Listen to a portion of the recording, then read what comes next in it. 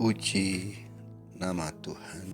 Pagi hari ini kita kembali akan merenungkan firman Tuhan yang saya mau beri tema jalan menuju pemulihan.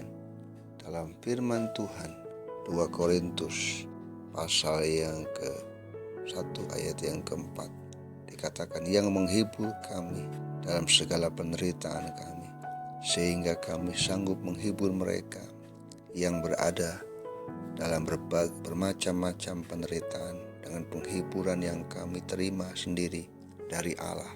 Ada kalanya perjalanan hidup kita terasa begitu berat, sampai kita merasa kewalahan dan seolah-olah diliputi oleh kegelapan yang tak berujung.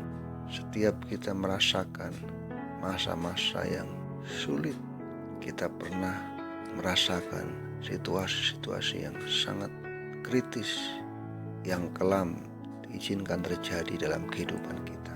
Paulus mengajukan pemikiran yang sama kepada jemaat di Korintus setelah menerangkan kesulitan yang besar yang ia dan rekan-rekannya alami di Asia.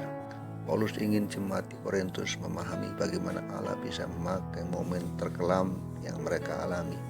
Ia berkata bahwa kita telah dihiburkan sehingga kita dimampukan untuk menghibur orang lain. Sepanjang pencobaan yang dialami Paulus dan rekan-rekannya, mereka menerima dari Allah hikmat yang dapat mereka pakai untuk menghibur dan menasihati jemaat Korintus di saat-saat mereka menghadapi kesulitan yang serupa. Allah juga akan melakukan hal yang sama bagi kita.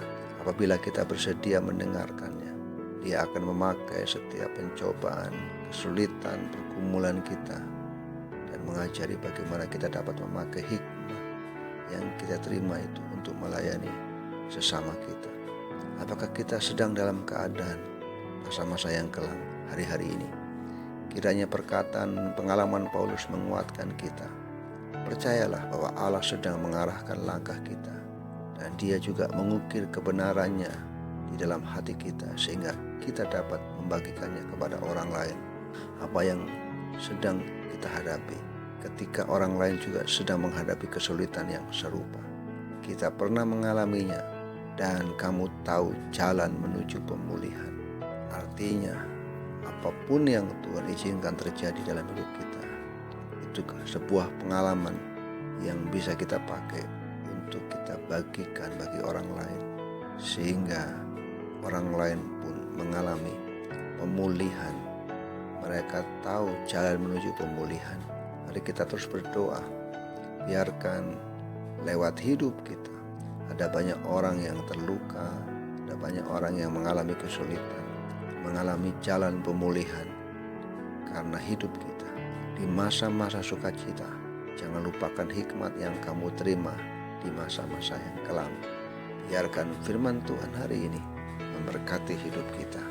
Ada jalan menuju pemulihan di dalam Tuhan, karena kita pernah mengalami dan merasakan betapa pemulihan Tuhan terjadi dalam hidup kita. Dan biarlah itu boleh menjadi kesaksian dan berkat bagi orang-orang yang mengalami pergumulan yang sama. Jadilah berkat di tengah-tengah di mana engkau ada. Tuhan Yesus memberkati.